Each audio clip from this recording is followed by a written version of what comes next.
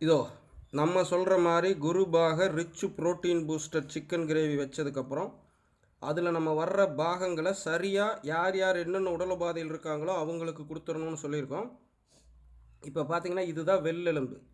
இந்த எலும்புக்கு கீழே இது வந்து மெல்ல முடியாது, இந்த பகுதியை மெல்ல முடியும், நறுக்குன்னு இருக்கும். இதை வந்து பார்த்திங்கன்னா மூட்டு வலி ஜவ்வு பிரச்சனை உள்ளவங்களுக்கு கொடுக்கணும். இப்போ பவுனம்மாவுக்கு சின்ன உடல் உபாதையினால இப்போ நம்ம கொடுக்குறோம்.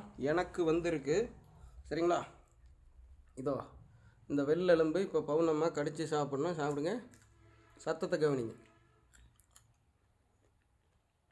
நறுக்குன்னு இருக்கும், புரியுதுங்களா? இந்த மாதிரி செய்யுதுங்க. மூட்டு ஓகே, ஜாயிண்ட் பெயின், ஜவ்வு, ஸோ மற்றதுகளில் ஏதாவது வந்ததுன்னா அடுத்து இதோ இதுக்கு பேர் குண்டிக்காய். கொழுப்போடு இருக்கிற குண்டிக்காய்ன்னு சொல்கிறேன்லங்க, இதுதான் அந்த கொழுப்பு கரைஞ்சது போக மீதி. இந்த குண்டிக்காய் பகுதியும் யாருக்கு இருக்கணும்? அவங்களுக்கு தான். ஸோ இந்தாங்க குண்டிக்காய் இதில் கொடுக்குறாங்க. அதில் இருக்கிற கறி சாப்பிட முடியாத கூட நம்ம வாங்கிக்கலாம். இதுதான் ரொம்ப முக்கியம்.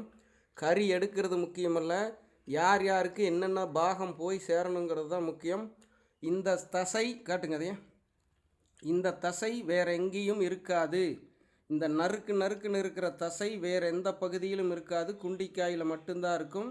ஸோ புரிஞ்சுக்கங்க, காய்கறியில் எடுத்தால் ஒரு இடத்துல எல்லா பாகமும் இருக்கிற சத்து இருக்கிற மாதிரி இதில் அப்படி இல்லை. கறியில் அந்தந்த பாகத்துக்கு ஏற்ற மாதிரி அங்கங்கே அந்தந்த சத்து இருக்கும். ஸோ தலைக்கறி, இன்னும் வந்து பார்த்திங்கன்னா ஆட்டுக்கால் சூப்பு, குடல் பகுதிங்கிற மாதிரி கோழியில் இந்த குண்டிக்காய் பகுதியும் ஈரல் பகுதியும் அந்த மூட்டு வெள்ளெலும்பு பகுதியும் ரொம்ப ரொம்ப முக்கியம். சாப்பிடுங்க நீ.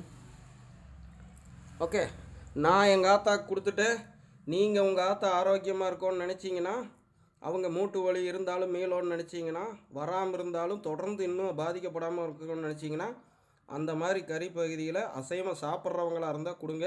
இல்லைன்னா சைவத்தில் ஏற்கனவே கொடுத்துருக்குற அதை பார்த்து பலன் பெற்றுக்குங்க.